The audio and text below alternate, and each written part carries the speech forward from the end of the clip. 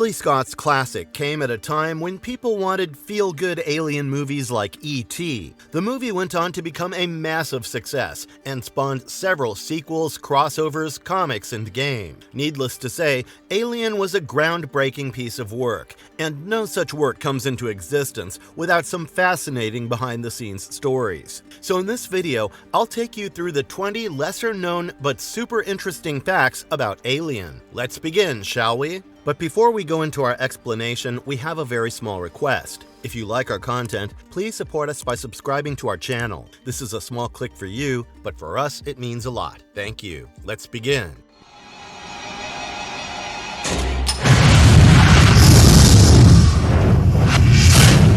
1. Sigourney Weaver almost lost the role. Sigourney Weaver's journey to becoming Ellen Ripley in Alien is a classic Hollywood journey that's usually filled with unexpected triumphs and near misses. Initially, Weaver was a fresh face on the scene, hardly known outside of Broadway, but the people who saw her perform knew she was a class actor. She was up against some heavyweight contenders for the role of Ripley, including Helen Mirren and Meryl Streep. Later, Warren Beatty recommended Sigourney Weaver to Ridley Scott after Beatty saw her in a Broadway play. Interestingly, Ridley Scott wasn't just impressed by Weaver's acting chops. He needed confirmation that she was the right fit for Ripley. More specifically, he wanted a woman's opinion since Ripley's character was female. So he asked a dozen secretaries from Fox to view her screen test to get a female perspective on her portrayal. The secretaries couldn't decide if she channeled more of Jane Fonda's grit or Faye Dunaway's poise,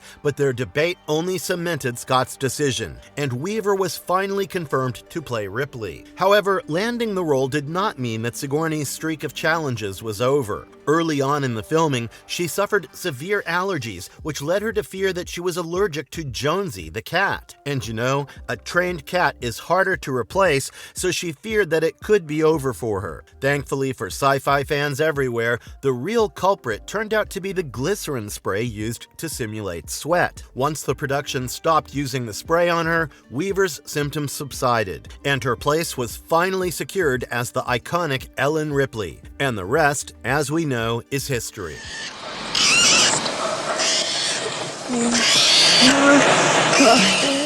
2. Ripley was a male character. We know the kind of movie Alien is and the kind of things that Ripley does, right? She's just so ballsy and powerful in whatever she does. But the thing is, Ripley's character was initially supposed to be a male. I believe this was still at the early stages of production. So our guy Ridley Scott was sitting with Alan Ladd, then president of 20th Century Fox, discussing things. And out of nowhere, Alan asked why Ripley could not be a woman. Ridley was surprised for a moment, but after a bit of pondering, he thought to himself, why not? And that's how Ripley became Ellen, and Miss Weaver got the gig to play one of the most badass women in the history of cinema. After the original movie, Ripley went on to become the lead in the next 3 Alien films in one form or another. The whole thing in the first movie about her being the last man standing, or woman for that matter, it was this status that set the precedent for Ridley Scott's later Alien films, that is, Covenant and Prometheus.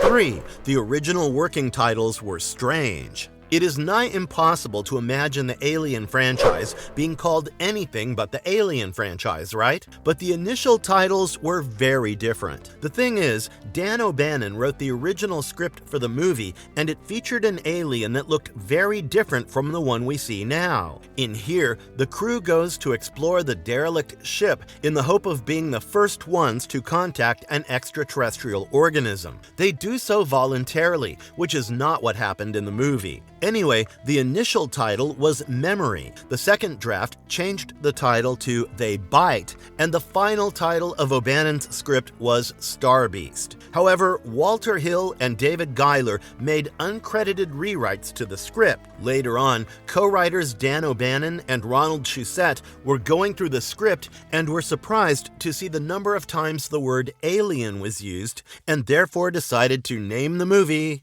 Alien.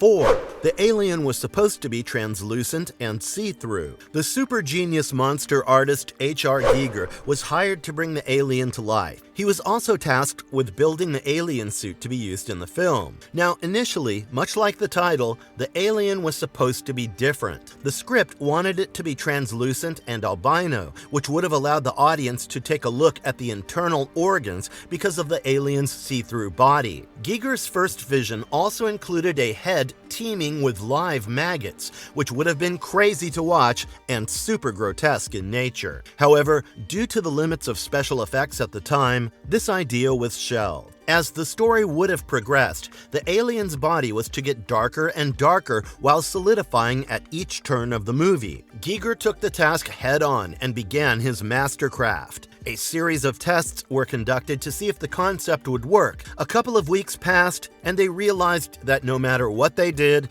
the material being used for the prototype was cracking. On the other hand, time was not a luxury they could enjoy because the movie's filming date was approaching closer. So, as a compromise of sorts, they eventually decided to let go of the translucent design in favor of simplicity, and that's how the dark alien that we see came to life. However, the idea of an albino translucent xenomorph did find its way back into the Alien universe on 2 occasions. First, the newborn from Alien Resurrection, and second, the neomorph from Alien Covenant. Interestingly, Giger's original alien had eyes, but he himself decided to remove them during the construction phase, so that the alien could look more unsettling, a blank-faced horror that left more to the viewer's imagination.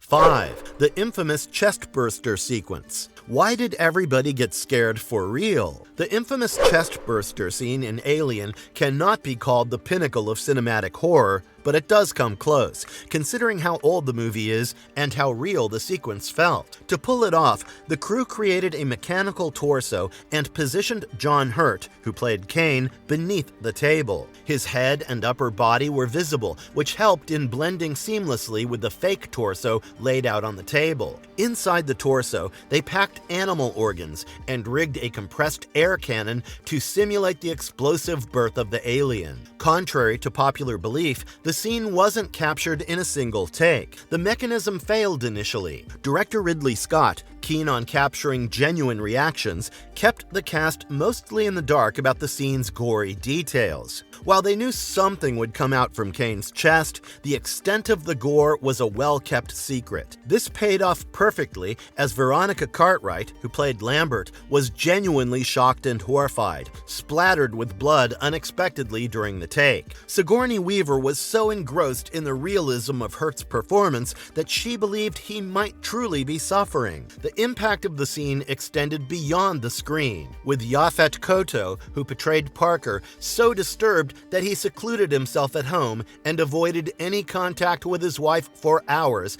as he processed the day's filming.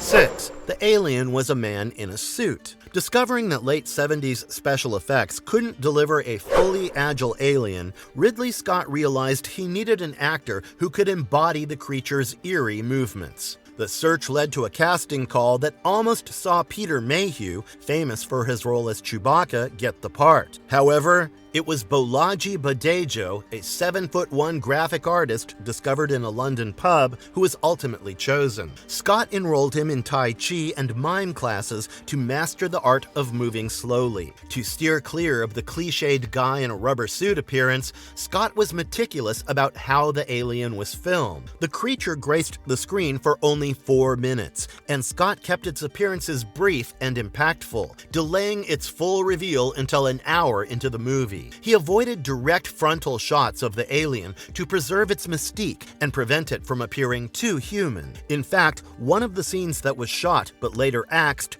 clearly showed that the alien was a man in a suit. The challenge of filming the final scenes in the escape shuttle, where the alien conceals itself within the bulkhead, was compounded by Badejo's height. The set had to be specially constructed around him to accommodate his movements and size. Despite these efforts, the suit suffered, tearing occasionally, and in one incident, Badejo suddenly stood up, due to which the tail of the alien detached.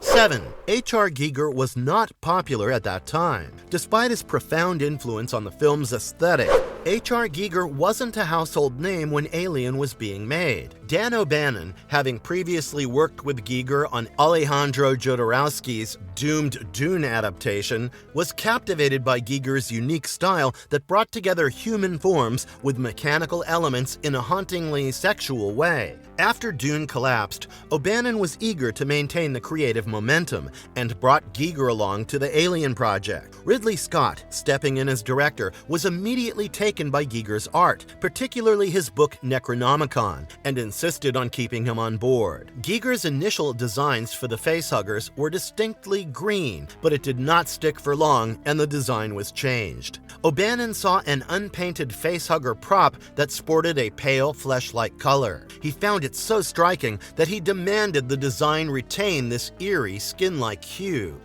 8.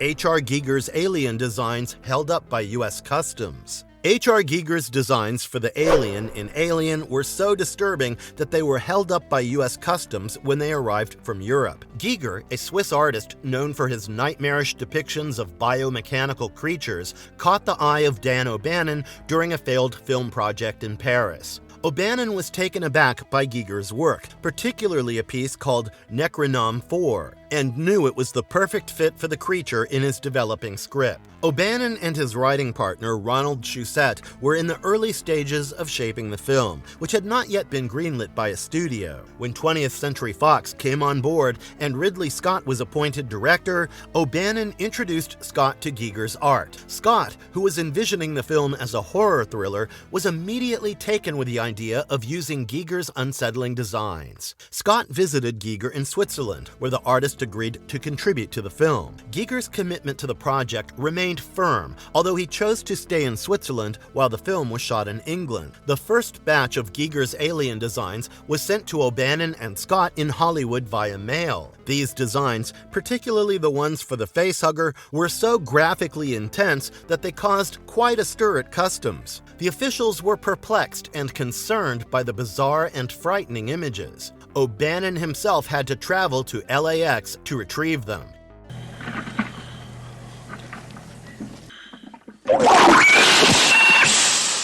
9. Alien was almost directed by someone other than Mr. Scott. Walter Hill, a notable filmmaker with successes like the 1978 film The Driver and the 1979 film The Warriors under his belt, was the producer who initially picked up the Alien script. Despite his filmmaking abilities, Hill opted out of directing the film, which led Fox on a search for the right director. The studio first approached Robert Altman, known for MASH, but he declined the offer. Other directors, such as Peter Yates, known for Bullet, and Jack Clayton of The Great Gatsby fame, were also considered. Robert Aldrich, who had directed Whatever Happened to Baby Jane, nearly secured the position, but ultimately talked himself out of the job during a meeting with Alien producers Hill and David Giler. When asked about his vision for the facehugger, Aldrich nonchalantly suggested they just put some tubes on the guy's face, believing it wouldn't be a memorable part of the film. Ridley Scott, however, became a strong candidate after his debut with The Duelists impressed the producers. Having been inspired by the groundbreaking effects and success of Star Wars, Scott was eager to explore the science fiction genre. When Fox presented him with the opportunity to direct Alien, he jumped at the chance, ready to bring his own unique vision to the screen.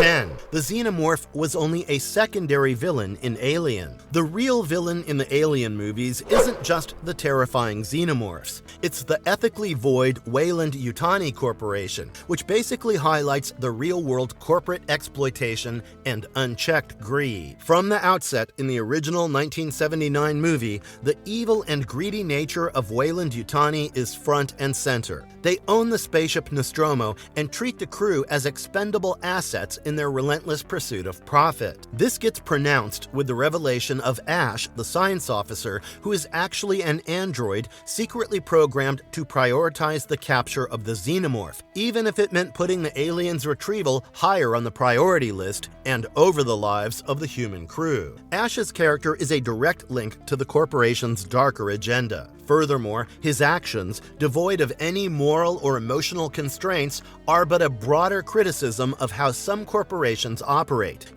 valuing profits over people. The depiction of Wayand Utani in Alien is similar to the real-world issues, such as the recent strikes by the Writers Guild of America and the Screen Actors Guild. These strikes highlighted the ongoing struggle against corporate giants who prioritize their bottom lines over the fair treatment and welfare of their employees. Easy. 11. Ridley Scott really pushes his actors beyond their limits. Ridley Scott took an unconventional approach to directing Alien and aimed to instill a genuine sense of tension and claustrophobia among the cast. One of his methods was altering the physical environment without the actors' knowledge. He gradually moved the set walls closer together each day, which enhanced the cramped, unsettling atmosphere aboard the Nostromo. Scott also prepared detailed backstories for each character and provided these to the actors to deepen their understanding and portrayal. This background gave the actors substantial material to inform their performances and made the characters' reactions and interactions more authentic and grounded in the film's reality. Moreover, Scott used psychological tactics to foster friction and intensity on set. He encouraged Yaphet Kotto and Ian Holm to provoke Sigourney Weaver during scenes to elicit a stronger performance. This strategy reached its peak during the scene where Ripley, Parker, and Lambert devise a plan. Kotto's ongoing challenges pushed Weaver to increasingly impassioned deliveries, culminating in the powerful performance seen in the final cut.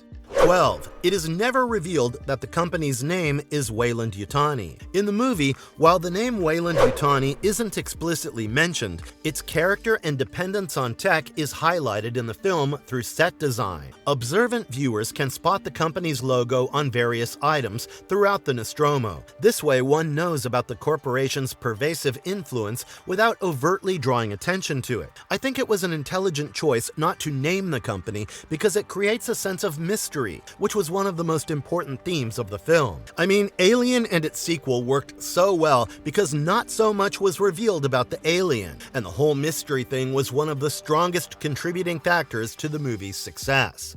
13. Ridley Scott's kids, Jake and Luke, appeared in the movie. But why? In Alien, Ridley Scott increased the scale of the space jockey set by using his and cinematographer Derek Van Lent's children as stand-ins. Dressed in the same spacesuits as the adult cast, the children helped make the set appear larger on screen. However, the suits posed challenges. They were bulky and, compounded by the set's high temperature of 38 degrees Celsius, caused overheating issues. This led to instances of the young stand-ins, like their adult counterparts, fainting from the heat, which often led to modifications to the costume design to ensure safety and comfort. A medical professional was also present during filming to manage these heat-related challenges.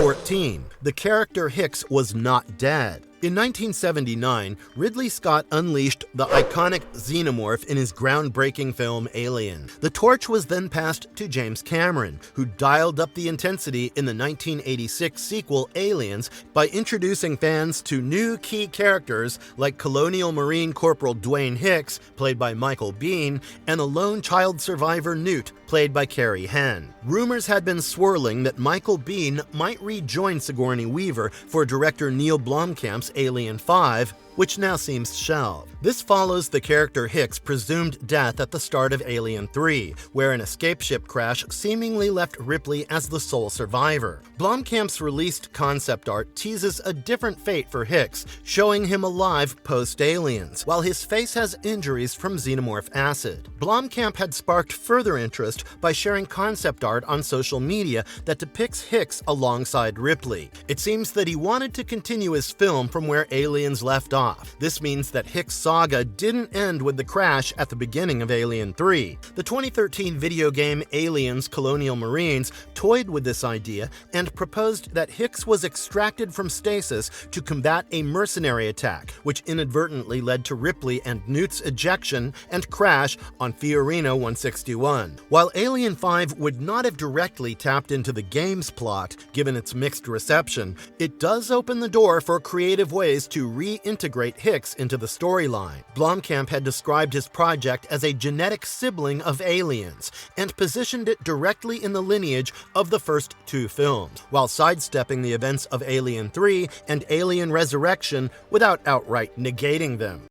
15. Alien and Blade Runner are from the same universe. The common universe of Alien and Blade Runner has long fascinated fans, and the connections between the two series have been hinted at in both cinematic and additional materials. For instance, the use of the purge screen in both films, when Officer Gaff boots up his spinner in Blade Runner and as Lieutenant Ripley escapes in Alien, is a small yet obvious technological overlap. This detail subtly ties together the timelines, with Blade Runner set in 2019 and Alien unfolding a century later in 2122. More concrete ties appear in extended universe materials like the 20th anniversary Alien DVD, which features crew files noting that Dallas, the captain from Alien, once worked for the Tyrell Corporation, the same mega corporation from Blade Runner known for its advances in genetics and technology. This crossover means that there has to be a shared corporate background with Tyrell and Wayand Utani Corporation, with its focus on synthetic life forms and space travel. They operate within the same universe and possibly even collaborate on projects. The notion of a shared universe becomes even more plausible when considering the film Soldier, which visually connects to Blade Runner through the design of its spinners. Soldier introduces a character skilled with weapons from the Aliens franchise and links it to the broader world where corporations like Tyrell and Wayand Utani dominate. These companies are depicted as powerhouses in bioweapons and combat synthetic manufacturing. The directors Ridley Scott and Paul W.S. Anderson both explore themes of artificial intelligence and its impact on humanity. Their films portray a future where corporate might overshadows ethical considerations, which ultimately creates a world where human empathy is often a casualty of corporate profit.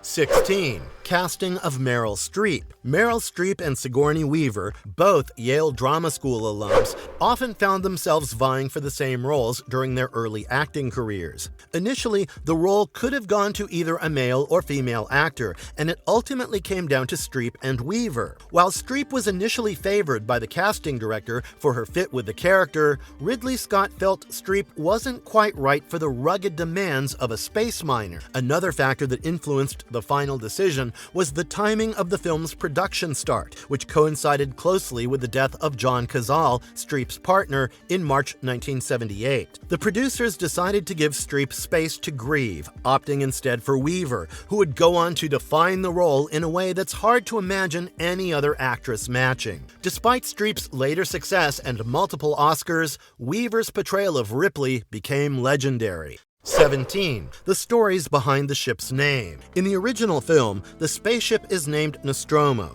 which was taken from Joseph Conrad's 1904 novel about an Italian explorer in South America. The film also includes another Conrad reference with the escape shuttle named Narcissus, after another of his novels. These names enrich the thematic layers of the film, linking its story of space exploration and survival to Conrad's tales of adventure and moral dilemmas. In fact, most of the spaceships in the franchise have been taken from the same source.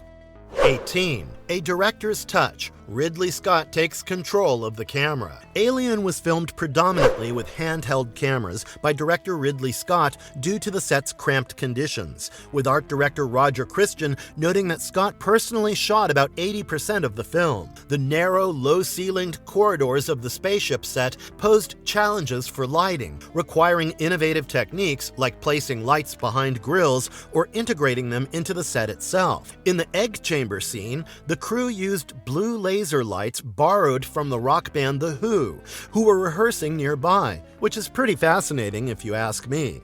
19. The original ending from Ridley Scott was different. Ellen Ripley nearly had a much darker fate. Director Ridley Scott initially envisioned an ending where Ripley does not survive. Instead, the alien kills her and then mimics her voice to send a final message, essentially ending the film on a chilling note. This idea, however, was vetoed by studio executives from Fox, who rushed to intervene, arguing that this conclusion was too grim and would negatively impact the potential for future sequels and the character's legacy. In the end, Ripley's survival allowed for a more hopeful closure and set the stage for her return in subsequent films, preserving her status as a central, resilient hero in the Alien saga.